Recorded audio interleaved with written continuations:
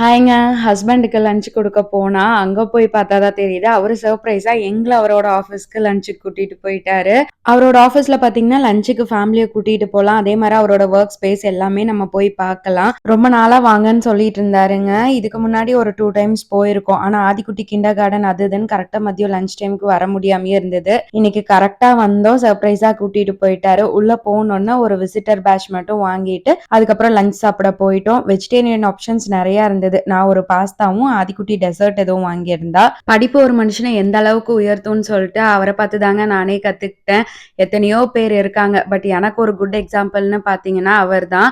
Lunch சாப்பிட்டு அங்கேயே கெஃபேவும் இருக்குங்க. அங்க போய் ஆதிக்குட்டி ஐஸ்கிரீம், எனக்கு மக்ரோன்ஸ் ரொம்ப பிடிக்கும். மக்ரோன்ஸ் வாங்கிட்டு அவரும் காஃபி வாங்கியிருந்தாரு. எல்லாம் சாப்பிட்டு ஆஃபீஸ் சுத்தி பார்த்துட்டு வெளிய ஃபவுண்டைன் இருந்தது. அத பார்த்தோன்னே ஆதிக்குட்டி கொஞ்ச நேரம் அங்கேயே நின்னுட்டா. நல்ல ஒரு லஞ்ச் சாப்பிட்ட ஃபீல்ல அவருக்கும் அப்படியே பாய் சொல்லிட்டு வீட்டுக்கு கிளம்பியாச்சுங்க.